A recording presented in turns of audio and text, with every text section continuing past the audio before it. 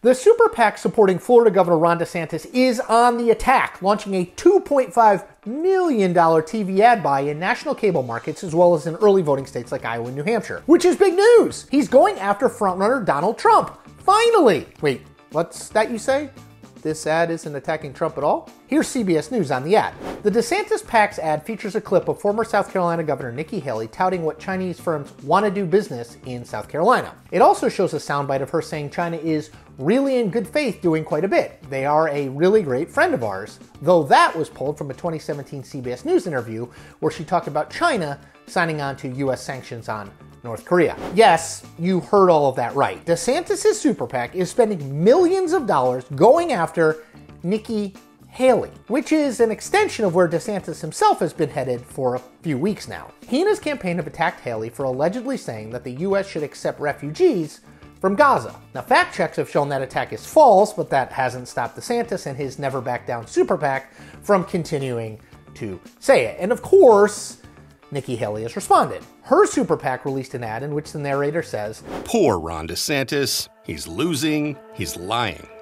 So now he's throwing mud at Nikki Haley." Which is all very titillating, but also very and completely pointless. Let's reset just for a minute. Here's where the Republican race for president stands according to the Real Clear Politics polling average. Look. Notice anything? Like, say that Donald Trump is literally running away with the nomination? His numbers are so high that they almost need to make a new chart with 60% on it. Meanwhile, DeSantis and Haley are fighting for scraps, battling it out for the 15 to 20% of voters who are looking for a candidate not named Donald Trump. And DeSantis started all of this, and I think I know why. So the DeSantis people are still operating under the idea that this is the working dynamic of the GOP primary. 1, Trump is ahead right now. 2, there will be a reckoning among GOP voters at some point soon in which they will hop off the Trump bandwagon and look for a credible conservative alternative. And then 3, DeSantis is best positioned through polling, fundraising, and message to be that alternative. If you see the race in those terms, then the only real danger to you is if someone threatens your position as the most viable Trump alternative, which of course brings us to Haley, who is quite clearly doing just that. Her poll numbers are improving steadily, nationally and in early states, while DeSantis's have flatlined, and that's being nice. In an editorial calling for all the non-Haley candidates to drop out so as to give the field the best chance of beating Trump, the Charleston Post and Courier wrote recently, quote, "Haley is the one Republican who is clearly ascending in the polls, in fundraising, in her willingness to challenge the former president. And the Hamas attack on Israel should convince all but the most Trumpian of Republicans that international matters matter. Although Ms. Haley should never be confused with a moderate, she could easily be next year's choice of independents and traditional Republicans.